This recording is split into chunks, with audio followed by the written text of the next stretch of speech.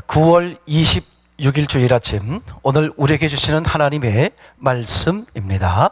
신약성경 요한계시록 21장 6절 말씀입니다.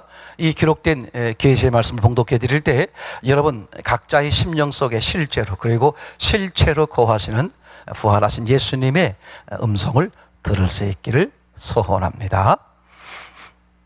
요한계시록 21장 6절, 나는 알파와 오메가요, 처음과 마지막이라. 내가 생명수를 목마른 자에게 값없이 주리니. 아멘. 지난 주간은 추석이라는 명절 주간, 명절 주일이었습니다. 여러분, 명절 되면 그죠, 오랜만에 고향을 방문하기도 하고, 또 부모님을 찾아뵙기도 하고, 또는 이제 옛날 어릴 때부터 함께 자랐던 그 그리웠던 친구들을 만나기도 하고, 또 가까운 이제 친지들 이렇게 뵙고 서로 인사를 나누곤 하죠.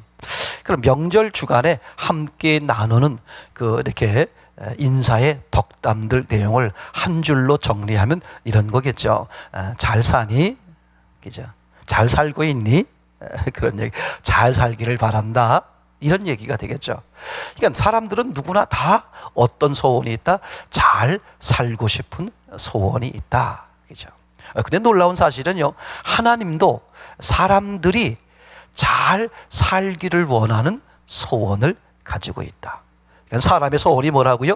잘 살기를 원하는 마음이죠. 근데 그 사람들을 향하신 하나님의 소원도 뭐라고요? 사람들이 잘 사는 것. 그게 또 하나님의 소원이기도 하다겠죠. 근데 여기서 우리가 소원이란 단어를 조금만 더 생각을 해보면, 소원이라는 것은 내가 내 힘으로 이룰 수 없는 것을 말하는 거죠. 그죠? 내 힘으로 이룰 수 있으면 그게 뭐가 소원이 되겠습니까? 그죠? 내가 이룰 수 없어. 남의 도움을 통해서 이룰 수 있는 것인데, 소원의 한계가 뭐냐 하면 사람들의 소원을 사람들은 들어줄 수가 없다는 것이죠. 그들도 동시에 다 뭡니까? 잘 살고 싶은 그런 소원이 있는데, 저 나름대로 이렇게 살면 저렇게 살면 할 뿐이지, 사실은 그 사람들조차도 잘 살 수 있는, 그죠? 그런 소원을 이루어 줄 수 있는 스스로의 힘이 없기는 마찬가지다. 그런데 두 번째는요, 그건 누구만이 가능하다? 하나님만이 가능하시다. 그런데 하나님도 뭐가 있다? 사람을 향한 소원이 있다. 그게 놀랍게도 뭐라고요? 사람들이 잘 살기를 바라는 거다 그랬습니다. 아니, 하나님께서 전지전능하신데, 그죠? 사람들이 잘 살기를 바라면 그냥 잘 살게 하면 되지, 왜 그게 하나님의 소원으로 남아 있게 되는 것일까? 아주 중요한 이야기가 되겠습니다. 하나님이 원하는 소원, 즉 사람들이 잘 살기를 바라는 그런 하나님의 소원이요, 하나님이 전지전능하심에도 불구하고 하나님이 일방적으로 이룰 수 없는 것이기 때문에 그래요. 그죠? 그러니까 사람들이 잘 살기를 바라는, 그죠, 그 하나님의 소원조차도 하나님은 일방적으로 이룰 수 없다. 왜냐하면 그 하나님의 소원, 즉 사람들이 잘 사는 문제는요, 바로 인격적인 문제이기 때문에 그렇다는 것이죠. 그래서 하나님은 이제 그런 사람을 향한 그런 소원을 갖는 거예요. 너희들이 잘 살 수 있기를 바란다. 잘 살게 되기를 바란다. 너희들이 잘 사는 게 하나님의 소원이야. 참, 그걸 우리에게 실제적으로 보여주는 모습들이 부모님의 모습 아닙니까? 그저 부모님들은 그저 밤낮을 가리지 않고 어느 상황, 어느 조건에서도 자식이 잘 되기를 바라는 마음, 잘 살기를 바라는 마음이 가득하잖아요. 그죠? 그러니까 하나님도 우리 사람들이 잘 살기를 바라세요. 근데 그게 소원으로 있단 말이죠. 그 말을 거꾸로 말하면 하나님도 일방적으로 사람들이 잘 살게 할 수가 없다. 왜? 사람들이 잘 사는 문제는, 그죠, 하나님 쪽에서 볼 땐 인격적인 문제이기 때문에 하나님이 일방적으로 이룰 수 없단 말이죠. 그죠? 그래서 하나님은 어떻게 하셨느냐? 사람들이 잘 살 수 있도록 하나님은 모든 것을 다 동원해서 어떻게 완벽히 설계하셨고 완벽히 계획을 하셨어요. 그죠? 완벽히 준비를 해 놓으신 것이죠. 그러고 어떻게 하셨어요? 그 사람에게 동의를 구하는 거죠. 내가 너를 잘 살게 하고 싶어. 그래서 네가 잘 살 수 있도록 모든 준비를 다 해 놓았어. 네가 동의하겠니? 이 하나님의 뜻을 받아들이겠니? 이렇게 하나님께서는 사람들에게 어떻게 돼요?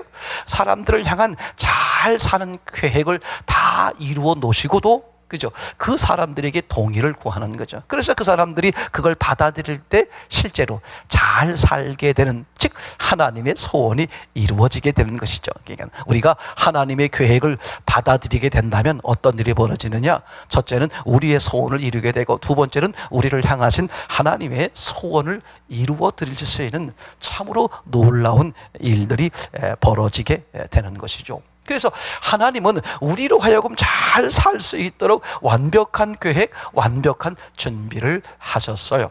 그죠? 그게 창세기 2장 7절의 모습이다. 그렇게 말씀을 드렸습니다. 혼돈, 공허, 흑암의 땅으로 사람을 만드시는 거예요. 왜 하나님이 그렇게 하셨을까? 그죠? 처음부터 혼돈, 공허, 흑암의 땅을 만든 것조차도 이상했지만, 그죠? 하필이 그 땅을 가지고, 그 땅의 흙을 가지고, 혼돈, 공허, 흑암의 땅을 가지고 사람을 만드셨어요. 그지? 그러니 그 사람이 어떻게 되겠습니까? 혼돈, 공허 사람이 되는 거잖아요. 다시 말하면 잘 살 수 있는 모습이 아닌 것이죠. 그래 놓고 생기를 부으셨다 그랬어요. 다시 말하면 하나님이 함께 해주신 것이죠. 그래서 생명, 하나님이 함께한 사람이 되었고요. 그러니까 하나님이 함께한 사람이 되니까 바로 그 모습이 무슨 모습이다? 사람이 가장 잘 사는 모습이 되더라. 아멘. 그죠? 그걸 창세기 1장으로 말하면 1장 26절입니까? 하나님의 형상이다. 이렇게 말씀을 드릴 수 있고요. 그 전체적인 계획을 창세기 1장 31절에 표현하기를, 그죠? 지으신 이 모든 것을 보시니 보시기에 심히 좋았다. 그런 얘기가 되겠죠. 그러니까 하나님께서는 사람들로 하여금 잘 살 수 있도록, 잘 살 수밖에 없도록 그렇게 설계하셨고 계획하셨고 준비하셨어요. 그리고 이제 사람들이 그것을 동의만 하면, 그 하나님의 계획을 받아들이기만 하면 어떻게 되겠습니까? 하나님의 소원이 이루어지는 것이요, 사람들의 소원이 이루어지는 것이요, 심히 좋은 상태, 즉 최고의 잘 사는 인생이 되게 된다. 아멘. 그런 삶이 여러분들 다 하나님 앞에 동의해 드리셔서 그 하나님의 계획, 하나님을 받아들임으로 그런 은혜를 지금부터라도 계속해서 누릴 수 있기를 참으로 소원합니다. 그렇게 하나님께서 완벽한 계획, 완벽한 준비를 하셨는데 거기에 무슨 일이 벌어졌어요? 위기가 온 거죠. 그죠? 그 하나님의 계획과 하나님의 준비가, 그죠?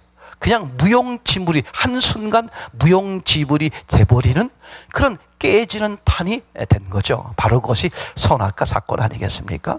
그죠? 그런 하나님의 계획과 하나님의 준비와 하나님이 이루어 놓으신 것을 어떻게 됐어요? 사람들이 박차고 나와버렸어요. 그걸 다 깨트려 버린 거죠. 그죠?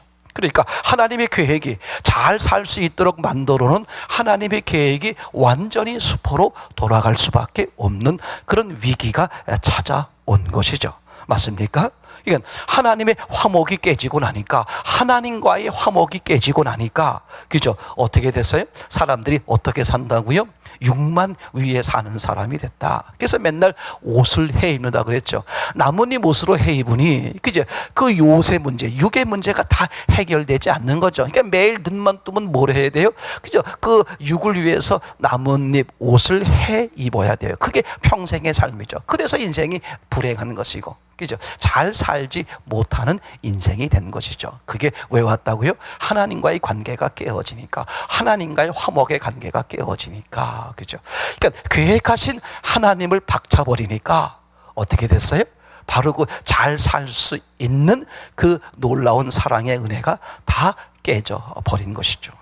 그로 인한 죄의 장벽이 하나님과 사람 사이에 막혀서 다시는, 그죠? 그 하나님께 돌아갈 수 없는, 다시는 하나님의 계획과 하나님의 그런 놀라운 준비들이 회복될 수 있는 기회를 놓쳐버리게 돼서, 그래서 아주 최고의 최악의 위기가 온 거잖아요. 근데 놀라운 사실이 뭐라고요? 하나님이 그럼에도 불구하고 그 위기를 넘기시기 위해서, 그죠? 거기서도 포기하지 않으시고 하나님은 특단의 조치를 취하게 되죠. 참 얼마나 큰 사랑이고 얼마나 큰 놀라운 은혜입니까? 그죠? 그래서 하나님이 어떻게 하셨느냐? 다시 그 하나님의 계획과 하나님의 준비가 회복될 수 있도록 아주 뼈아픈 희생의 특단의 조치를 취하는데, 바로 그것이 하나님의 한 분밖에 계시지 않는 아들 예수님을 희생양으로 삼으시는 것이죠. 그래서 하나님이 세상을 이처럼 사랑하셨다 그랬고요. 어떻게 사랑하셨다고요? 그죠? 독생자 하나밖에 없는 아들 예수님을 주심으로 어떻게 주시는 거예요? 대신 우리의 인간의 우리의 죄를 다 해결하시는 십자가와 부활을 통해서 모든 것을 해결하시는 은혜를 베풀어 주시는 것이죠. 누구라도 그 은혜를 받아들이게 되면 어떻게 돼요? 다시 회복할 수 있는 길이 열리는 거잖아요. 요한복음 3장 16절의 말씀처럼요. 요한일서에서 말씀하시는 것처럼, 그죠? 사랑은 여기 있으니 우리가 하나님을 사랑한 것이 아니라 하나님이 우리를 사랑하여 우리 죄를 위해서, 그죠? 아들을 내어 주신 바, 그죠? 그러니까 참으로 하나님은요, 그 상황에서도 포기하지 아니하시고 그 위기를 넘기기 위해서 특단의 조치를 취하시는데, 당신의 아들을 죽이시면서까지 다시 사람들로 하여금 회복할 수 있는, 잘 살 수 있는 길을 회복시켜 놓는 그 사랑의 은혜를 베풀어 주시는 것이죠. 그죠? 그리고 그 하나님이 어떻게 하십니까? 기다려 주시는 거예요. 그죠? 우리의 마음의 문을 두드리시는 것이죠. 누가요?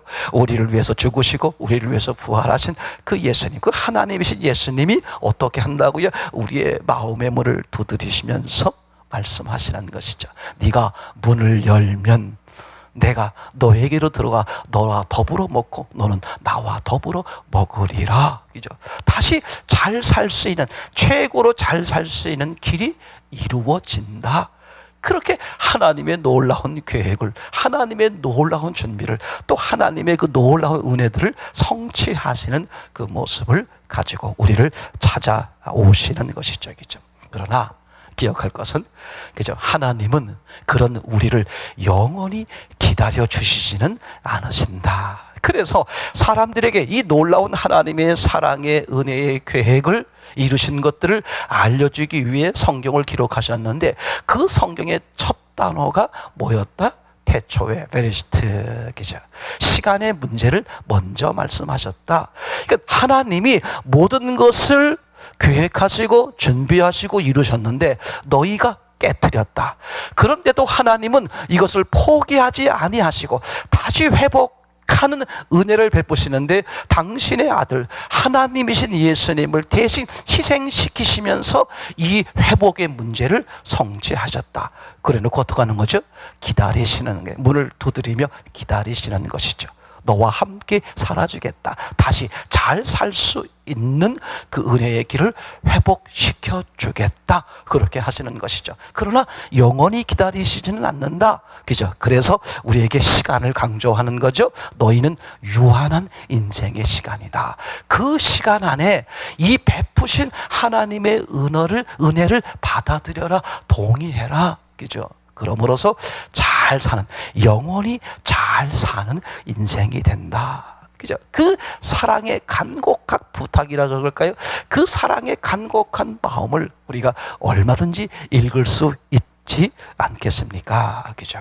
그런데 만약에 이렇게 하나님의 계획하시고 또 하나님이 준비하시고 이뤄놓으신 것을 사람들이 깨뜨렸어요.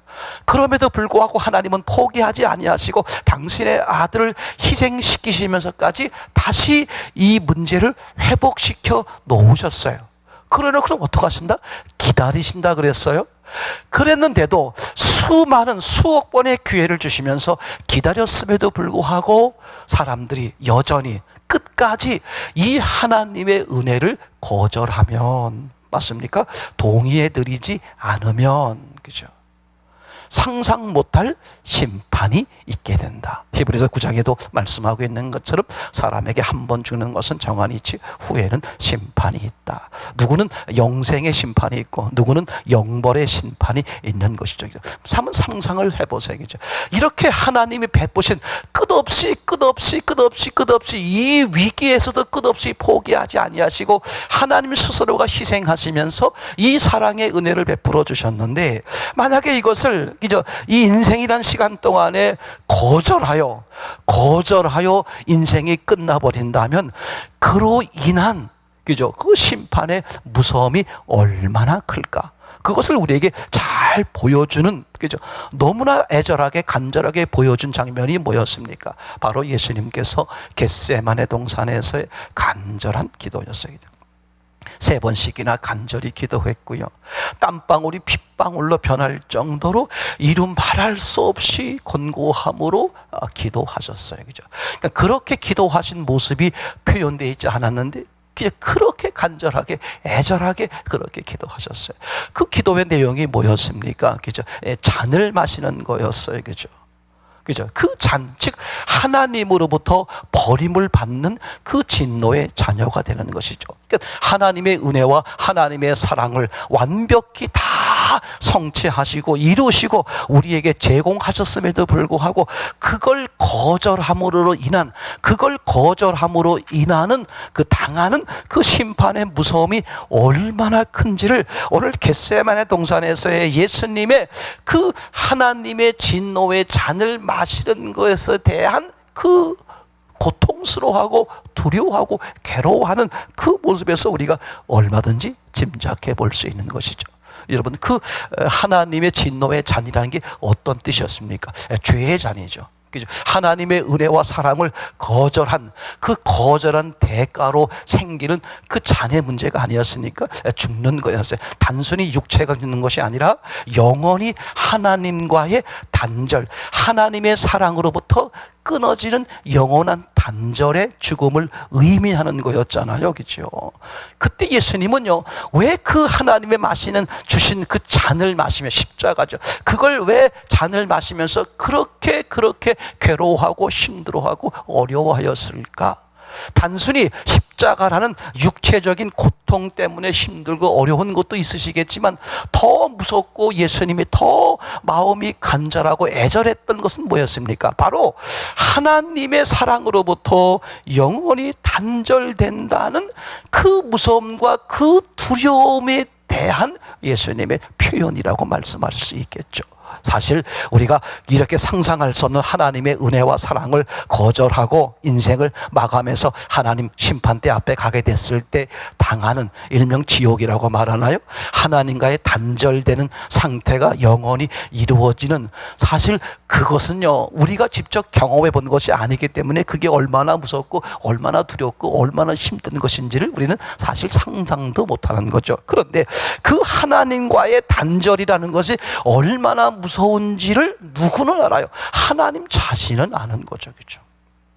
그러니까 하나님의 아들이요 하나님이신 예수님께서 바로 하나님과의 단절을 의미하는 그 하나님이 주는 잔을 마셔야 하는 그 현장 앞에서 그렇게 괴로워하고 힘들어하고 어려워하고 고통스러워하는 것을 보면, 와, 이렇게 하나님의 사랑에서 단절된다는 것이 저렇게 무섭고 저렇게 두렵고 저렇게 떨리는 문제라는 것을 우리가 얼마든지 충분히 짐작해 볼 수 있게 되는 것이죠. 생각해 보세요. 하나님이 잘 살 수 있도록, 최고로 잘 살 수 있도록 창조주이신 하나님이 피조물인 우리를 위해서 준비하셨고, 근데 그걸 누가 깨뜨려 버렸어요? 하나님 자신이 아니라 우리가 그 하나님의 계획을 다 깨뜨려 버렸어요. 다시는 돌이킬 수 없는 상황이 되었는데 하나님은 그래도 포기하지 아니하시고 하나님의 아들, 그죠? 사실은 하나님 자신이라고 말할 수 있는 것이죠. 하나님의 아들로 대신 그 대가를 치르게 하시고 다 다시 사람들로 하여금 회복시켜 놓으셨어요. 그죠? 그런데 그것마저 거절하고 인생을 마감한다면 하나님도 도저히 어떻게 할 수 없으니까, 인격적이니까 하나님도 도저히 할 수가 없어서 포기할 수밖에 없는 거죠. 우리가 거절했기 때문에 포기하시는 것이죠. 그랬을 때 겪게 되는 하나님의 사랑으로부터의, 은혜로부터의 단절의 이 무서움의 삶이 얼마나 큰지를 예수님의 지금 겟세마네 동산에서 우리가 그죠? 비춰볼 수 있게 되는 거겠죠. 여러분, 어느 경우에도 이 하나님의 사랑, 하나님의 사랑으로 인한 이 계획, 이 준비하시고 성취하신 이 은혜를 절대 거절하는 실수를 범해서는 안 되겠죠. 그죠? 지난 주간이 명절 주간이라 그랬습니다. 여러분, 명절 그러면 신기하게도요, 사람들이 주로 어디를 떠올리나요? 우선 고향, 그죠? 그리고 부모님, 맞습니까? 그죠? 근데 이게 우리나라만 그런 게 아니라 전 세계 모든 사람들이 약속이나 한 것처럼 무슨 명절 그러면 어디를 생각해요? 고향, 그리고 부모님, 그죠? 자, 그러면 이제 고향이 됐던 부모님을 찾아가는 것도 참 신기한 일이지만 또 뭐가 있습니까? 함께 모여서 조상들에게 제사를 드리죠. 그러니까 조상신을 섬기는 게 어느 나라든 간에 다 비슷비슷한 모습을 가지고 있는 것이죠. 결국은 명절 그러면 끝이 뭐다? 어디를 바라본다? 그죠? 우리가 섬기는 신을 바라보는 거죠. 왜 명절은 신을 바라보게 될까? 사실 성경이 그래요. 성경의 유대인들은요, 무슨 명절만 되면 항상 누구와 함께? 그들이 섬기고 있는 신 하나님과 함께 되겠죠. 명절은 밝은 날, 즐거운 날, 기쁘고 행복한 날, 다른 말로 말하면, 오늘 말씀으로 말하면 잘 사는 날이죠. 그러니까 잘 사는 문제는, 행복의 문제는 어디에 있다? 바로 하나님께 있다. 이걸 다 우리가 역설적으로 다 증명하고 있는 거잖아요. 여러분, 명절은 누구와 함께? 이제 하나님과 함께. 아멘. 거꾸로 말해 볼게요. 하나님과 함께 하면 매일매일이 뭐가 된다? 명절이죠. 그죠? 맞습니까? 그래서 매일매일이 안식일이란 말이죠. 그죠? 자, 오늘 말씀을 같이 이제 나눠 보려고 합니다. 오늘 말씀이 요한계시록 21장 6절이었어요. 나는 알파요 오메가, 처음과 마지막이라. 내가 생명수를 목마른 자에게 값없이 주리니. 그러니까 하나님께서는 끝없이 퍼 주셔요. 그죠? 끝없이 퍼 주시는 거예요. 나는 생명수를 목마른 자에게 값없이 주리니. 그죠? 값없이 주는 거야. 그냥 퍼주는 거야. 그러니까 퍼주지 못해서 한이다 할 정도로. 하나님의 소원이 있다 그랬죠? 사람들이 잘 사는 거죠. 그러니까 잘 살기를 바랄 뿐만 아니라 잘 살 수 있도록 모든 것을 준비하셨고, 잘 살 수 없는 위기가 왔을 때 하나님이 직접 희생을 치르시면서 다시 잘 살 수 있는 길을 회복시켜 놓으셨고, 여전히 잘 살 수 있기를 기다려 주셔서요. 맞습니까? 그러니까 하나님은 한없이 퍼주는 모습, 그게 명절을 맞으면 부모의 모습과 비슷하잖아요. 그죠? 식구들이 혹시라도 함께 모이면 뭐 이것저것 지극정성으로 모아두었다가 또 밤새 만들었다가 이렇게 나누어 주시는 그 우리 예전의 모습을 볼 수 있지 않습니까? 그런 약간의 모습을 통해서 하나님의 약간의 모습을 볼 수 있겠습니다만, 하나님은 그저 퍼주시는 그런 은혜가 있으신, 사랑이 무한하신 이제 그런 방법이죠. 그런 바로 하나님이시죠. 그럼 하나님은 누구에게 퍼주시는가? 바로 목마른 자들에게 퍼주신다. 그러니까 이런 뜻입니다. 목마르지 않으면 어떻게 되겠습니까? 하나님이 은혜를 주셔도 받질 않으세요. 그렇죠? 맞습니까? 사람들이요, 나는 목마르지 않아. 나는 필요 없다고 거절할 수 있겠죠. 그러니까 하나님은 퍼주긴 퍼주는데 누구에게 퍼주느냐? 목마른 사람들에게 퍼주는데 어떻게 준다? 대가를 치르고 주는 게 아니라 값 없이. 그럼 얼만큼 주겠어요? 무한정으로, 목마른 만큼 무한정으로 하나님은 주시는 분이죠. 그리고 무엇을 주겠어요? 구하는 대로 주시겠죠. 믿음대로 되리라. 그죠? 구하는 대로 하나님은 주시죠. 그러나 여러분 기억하세요? 사실 하나님은 사람들에게 정말 주고 싶은 게 있었어요. 그 주고 싶은 게 있었기 때문에 무한하게 퍼주는 것이고, 또한 하나님이 주고 싶은 게 있어도 그걸 마음대로 못 주세요. 왜 못 줘요? 인격적이기 때문에. 그래서 믿음대로 주신다, 그런 말씀이 되는 것이고, 우리는 그래서 하나님을 향한 바른 믿음을 갖는 게 얼마나 중요한지 모르죠. 그게 하나님의 소원이란 말이에요. 사람들이 잘 살게 되는 게 하나님의 소원이고요, 그 하나님의 소원이신 사람이 잘 살게 되는 것은 하나님이 계획하셨고 준비하셨고, 내가 이룰 수 없고 사람이 이룰 수 없고 하나님만이 이룰 수 있는데, 하나님이 그걸 이루어 놓으셨어요. 그걸 내가 받아들여 동의만 하면 그것이 내게 실제가 되는 거잖아요. 그게 하나님의 소원을 이루어 드리는 것이고, 그죠? 맞습니까? 자, 그러면 그 주고 싶은 게 뭐냐? 하나님은 주고 싶은 게 뭐냐? 진짜 주고 싶은 게 뭐냐? 그게 하나님의 소원인데, 한마디로 말하면 하나님 자신이다. 그러니까 하나님 자신이 함께하면, 하나님 자신을 받아들이면 사람은 어떻게 돼 있다? 최고로 잘 살게 돼 있다.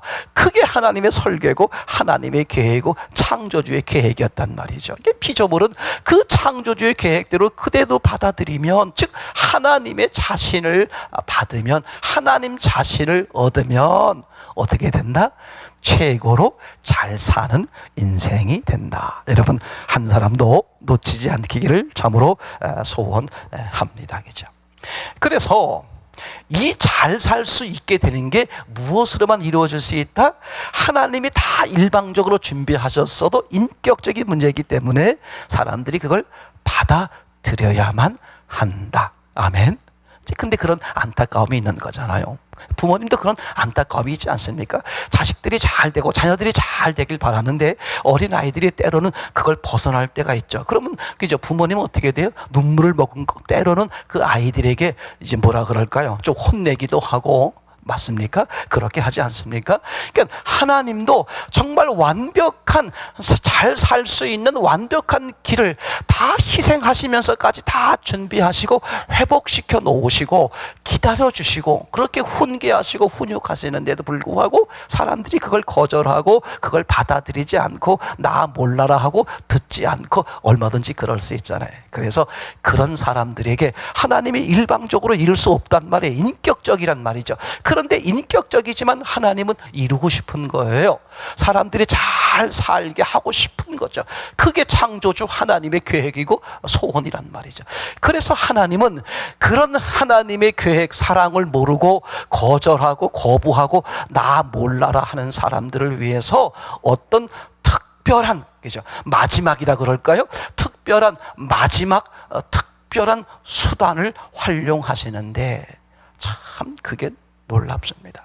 인격적으로 이룰 수 있는데 인격적으로 받아들이지 않으면 하나님도 방법이 없으니 하나님은 어떻게 하시느냐? 그런 사람들을 위해서, 그죠?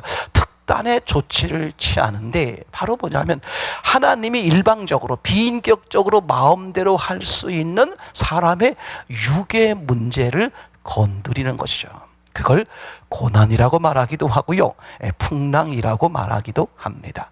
물론 고난이나 풍랑은 사람에 의해서 나 자신이 원인이 되어서 또는 다른 사람들 때문에 그렇게 생길 수도 있고, 또 나와 다른 사람과 관계없이 또 이렇게 벌어지는 일도 있을 수 있어요. 어떤 일일지라도 하나님이 허락하지 않으면 그 일은 벌어지지 않은 것이니까 누구가 원인이든 간에 하나님은 그걸 허락하시거나 역사하셔서 오늘 사람들에게 고난이나 그리고 풍랑을 맡게 하신다. 왜? 인격적으로 이룰 수 있는 하나님의 소원이란 말이죠. 사람들이 잘 살게 되는 그 소원을 이루기 위해서 하나님도 원치 않으시지만 어쩔 수 없이 그 큰 소원을 위해서 어떻게 합니까? 그죠? 육의 문제, 비인격적으로 마음대로 할 수 있는 육의 문제를 건드리시는데 크게 말씀드린 것처럼 고난이다, 풍랑이다 이렇게 말씀을 드릴 수 있게 되겠죠. 그래서 사람들은 잘 살고 싶어서 자기 나름대로 열심히 살다 보면 여러 가지 고난을 생기기도 하고요, 또 풍랑을 만나기도 하게 되겠죠. 그러면 사람들은 더욱 어떻게 더 그럼에도 불구하고 더 잘 살고 싶은 욕망이 더 커지다 보니까 그죠? 도움을 청하게 되겠죠. 그래서 그 도움을 청할 때 하나님께 도움을 청할 수 있도록 하게 하기 위해서 하나님은 그런 풍랑이나 고난을 이용하신다. 이제 그때 그 어려움 속에 있을 때 하나님께 구하는 장면, 그죠? 예수님과 함께 배를 탔던 그 제자들에게서 그 모습이 드러나지 않았습니까? 함께 가고 있는 배에서 예수님은 주무셨고 풍랑이 벌어졌어요. 그 풍랑을 본 제자들이 벌벌 떨면서 주무시는 예수님을 깨우면서 우리가 죽게 됐는데 우리를 우리를 구원해 주셔야 되겠습니다. 이렇게 하는 과정 속에서 그죠? 예수님의 뜻을 이루어가는 모습을 우리가 보지 않았습니까? 그러니까 하나님은 이 하나님의 사람들을 향한 가장 좋은 하나님의 소원을 이루기 위해서 어떻게 돼요? 비인격적으로 할 수 있는 육의 문제를 건드리시는데 고난과 풍랑이다. 그래서 고난과 풍랑을 만나게 되면 사람들은 하나님 앞에 엎드리게 되겠고요, 하나님의 도움을 청하게 되겠죠. 그런데 이 하나님을 향한 사람들은, 즉 하나님께 도움을 청하는 사람들은 두 종류로 갈리게 된다. 자, 첫째는 뭐냐? 하나님의 얼굴을 구하는 사람이 있고, 그리고 하나님의 손을 구하는 사람이 있다. 그럼 하나님의 얼굴을 구하는 사람과 하나님의 손을 구하는 사람의 차이가 뭐냐? 하나님의 손을 구하는 사람은요, 하나님의 능력만 필요한 거예요. 지금 내가 겪고 있는 이 문제를 해결하기 위해서 뭐가 필요하다고요? 하나님의 능력만 필요한 거예요. 그래서 하나님의 능력을 힘입어서 내 문제가 해결되고 나면 그 사람은 더 이상 하나님을 구하지 않게 되죠. 왜? 지금 내 문제가 풀렸으니까 아쉬운 게 없단 말이죠. 그러다가 또 어떤 고난이나 풍랑을 만나면 또 그 사람은 하나님께 엎드릴 수 있게 되고요, 또 그러면서 또 뭘 구합니까? 내 문제가 풀릴 수 있도록 하나님의 능력만 구하는 거죠. 그래서 그 사람은 하나님을 여러 번 찾아오게 되지만 여전히 하나님의 능력만 이렇게 바라게 되니까 하나님과의 실제적 관계는 아무것도 이루어지지 않고, 그리고 인생을 마감하게 되는 거죠. 바로 그런 사람들이 하나님의 손을 구하는 사람들이다. 저는 그렇게 이제 표현을 합니다. 반대로요, 하나님의 얼굴을 구하는 사람들이 있어요. 그냥 풍랑과 고난이 있을 때 세상에서 우연은 없어, 그죠? 내 잘못이든 누구의 잘못이든 간에 이건 하나님이 허락하심으로 벌어진 거야.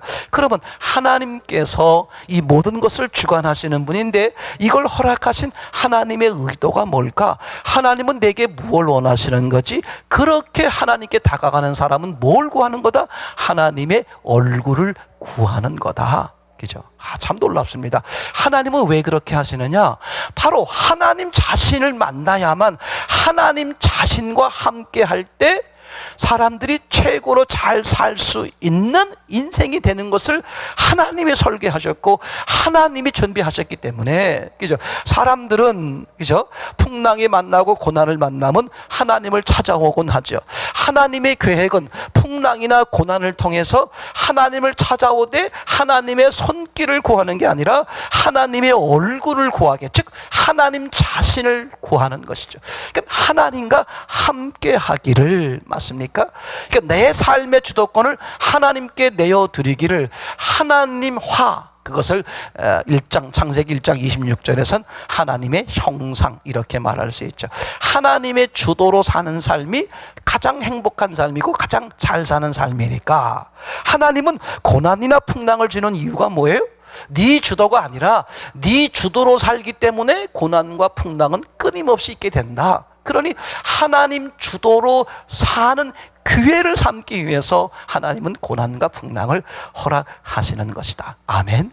그래서 고난이나 풍랑이 있을 때 이게 내 인생의 위기가 될 수 있지만 한편으로는 절호의 기회가 된다. 상상할 수 없는 하나님의 은혜를 입을 수 있는 기회다라고 확신 있게 말씀을 드릴 수 있는 이유가 이런 이유란 말이죠. 자, 그러면 하나 생각을 해보세요. 하나님께서는 비인격적으로 이제 이렇게 풍랑이나 고난을 허락하시곤 하시죠. 왜? 하나님의 인격적으로 이룰 수 있는 하나님의 소원, 하나님과 함께함으로 하나님의 주도로 삶으로 잘 살게 되는 인생을 만들기 위해서 하나님은 그 인격적인 것을 이루기 위해서 비인격적으로 고난이나 풍랑을 허락해서 오늘 사람들로 하여금 하나님을 자진해서 바라보고 처음엔 하나님의 손길을 구하지만 후에는 하나님의 얼굴을 구하여, 맞습니까? 그래서 하나님의 계획대로 잘 사는 최고의 인생이 될 수 있도록 하는 게 하나님의 소원인데, 그 하나님의 소원을 이루기 위해서 하나님은 비인격적인 것, 즉 고난과 풍랑을 이용하시곤 한다. 그런데요, 하나님이 고난이나 풍랑을 이용하시더라도 내가 고난이나 풍랑을 이렇게 허락해서 사람들이 고난과 풍랑을 맞이하더라도 누구나 사람들이 다 하나님께 돌아오는 것은 아니다. 그러니까 하나님 쪽에서 볼 땐 모처럼 고난과 풍랑을 허락할 때에 하나님 쪽에서 볼 땐 모험이라고 말할 수 있는 거예요. 그러니까 전지전능하신 하나님도 사람의 마음에 대해서는 인격적으로만 이룰 수 있기 때문에 아무리 하나님이 완벽한 좋은 계획을 세웠어도 사람이 거절하면 무용지물이 되는 것이기 때문에, 그죠?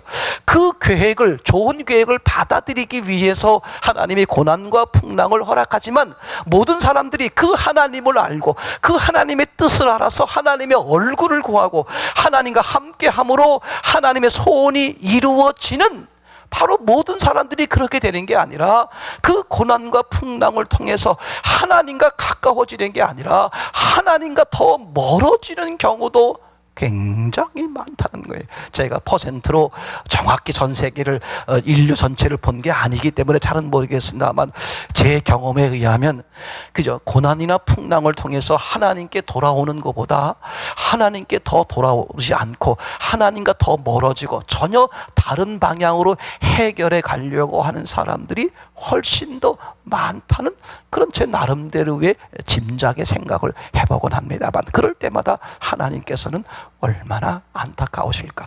그래서 하나님도 사람들에게, 그죠, 이렇게 고난이나 풍랑을 허락할 때 모험하시는 것이다. 저는 감히 제 입장에서 봤을 때 하나님은 정말 애틋한 마음, 이게 고난과 풍랑을 허락했을 때 이 사람이 반드시 돌아올 거야, 그런 보장이 있는 게 아니란 말이죠. 그죠? 그런 마음에서 하나님도 아주 절절한 마음으로 어떻게 하신다? 모험을 하시는 것이다 하는 생각이 들곤 합니다. 그죠? 여러분, 우리가 기억할 사실이죠. 저는 이걸 생각하면 너무 놀라워요. 그래서 하나님은 하나님의 얼굴을 구하라고, 그죠? 하나님의 얼굴을 구하라고 고난이나 풍랑을 허락하시는 거구나. 우리는 잘 알고 있는 것처럼 우리는 지금 어디에 있습니까? 바로 광야에 있죠. 그러니까 광야는 뭐가 있을 수밖에 없다? 풍랑, 그죠? 고난이 있을 수밖에 없다. 그게 하나님의 비인격적 역사하시는 훈련 프로그램이죠. 그걸 통해서 하나님께 나올 수 있도록 하나님을 구하도록 만드는 것이죠. 그런데 그렇게 해서 하나님을 구하는 데까지는 됐는데, 하나님을 구하되 또 수많은 사람들이 하나님의 손길을 구하고 그냥 떠나버리는 사람들이 또 얼마나 많겠습니까? 예수님을 쫓아다니던 수많은 사람들이 결국은 예수님을 떠났던 것처럼, 그죠? 이렇게 하나님의 은혜를 구해서 하나님의 은혜를 입고 다시 일상으로 돌아가 버리는, 하나님 없는 삶으로 돌아가 버리는, 하나님의 손길만 구하는 사람들이 얼마나 많이겠어요. 근데 그 중에 어떤 사람은 기적이죠, 은혜죠. 하나님의 얼굴을 구하여 이 풍랑과 고난을 통해서 하나님이 내게 말씀하시는 것이 무엇입니까? 하나님이 원하시는 바가 무엇입니까? 그래서 하나님의 얼굴을 구하여 하나님의 뜻을 구하여 그 하나님을 받아들임으로, 그죠? 하나님의 소원한, 하나님이 계획한 최고의 잘 사는 인생이 펼쳐지는 그런 은혜를 입게 되는 거겠죠. 어떤 분이 지난주 중에 잠깐 짧게 간증을 쓴 것이 있는데 그 간증을 한번 읽어봐 드리도록 하겠습니다. 이번 주일 말씀을 통해 그동안 육적인 것에 얽매여 영적인 삶에 대해 손 놓고 있었음을 깨달았습니다. 육적인 것에 눈을 돌리게 되면 영적인 것에는 관심이 가기가 어렵습니다.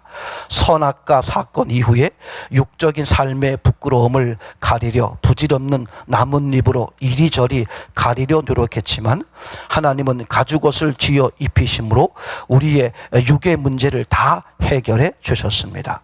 오롯이 영적인 관계를 맺고 회복되길 원하시는 하나님을 뒤로 하고 저는 여전히 가죽옷을 입은 채 나뭇잎을 주우러 다니는 행세의 삶을 살고 있었음을 고백합니다. 화염검이라는 자기 부인을 통해 생명나무로 나아갈 수 있기를 간절히 원합니다. 늘 넘어지고 쓰러지는 연약한 인간이라는 것을 저는 너무도 잘 압니다. 그러나 다시금 용기 내어 하나님께 나아가길 고백합니다.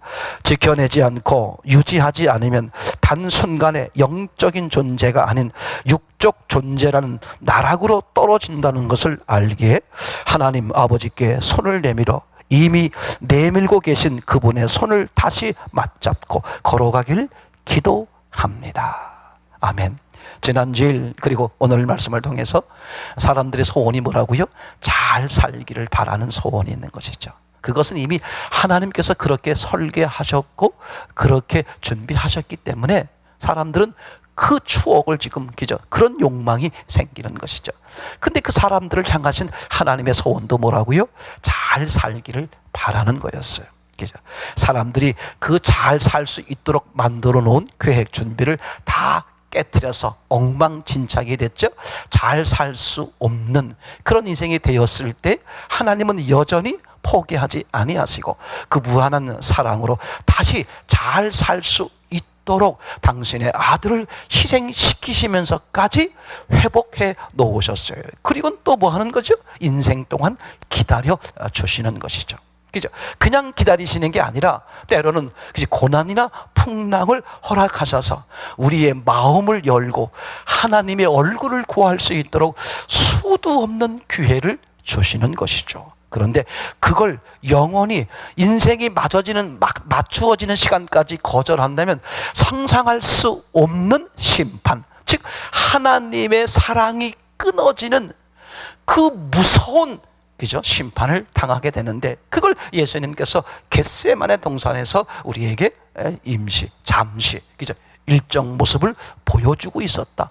하나님과의 단절이 얼마나 무서운 사실인지를 우리에게 보여주고 계셨다겠죠.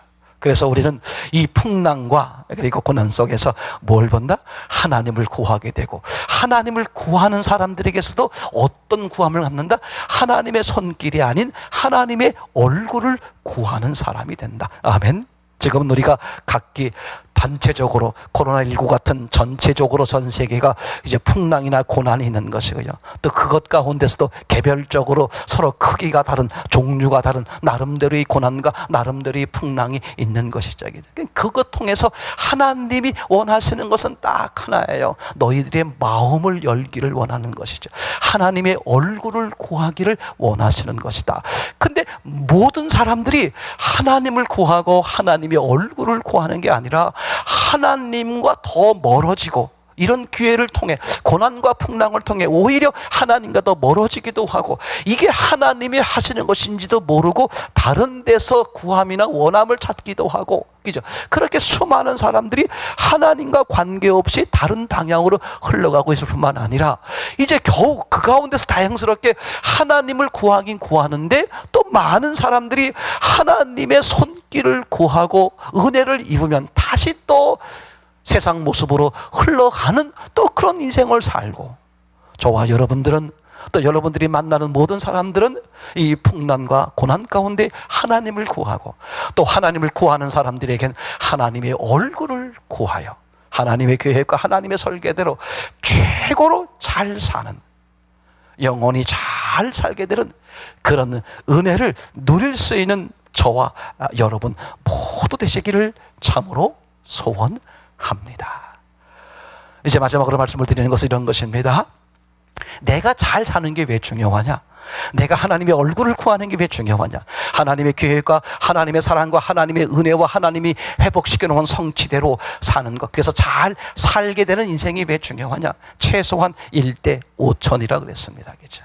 소돔 고모라에 의인 10명만 있었으면 대략 5만 명 정도 있었다고 고고학자들이 말씀하시니까, 그죠? 의인 한 명이 최소한 5천 명을 건지는 것이죠. 여러분들이 얼마나 귀한 삶이에요. 내가 왜 제일 잘 살아야 되느냐? 이게 사명이란 말이죠. 내가 잘 사는 것이 곧 최소한 5천 명이 잘 살 수 있는 길이 열리는 것이죠.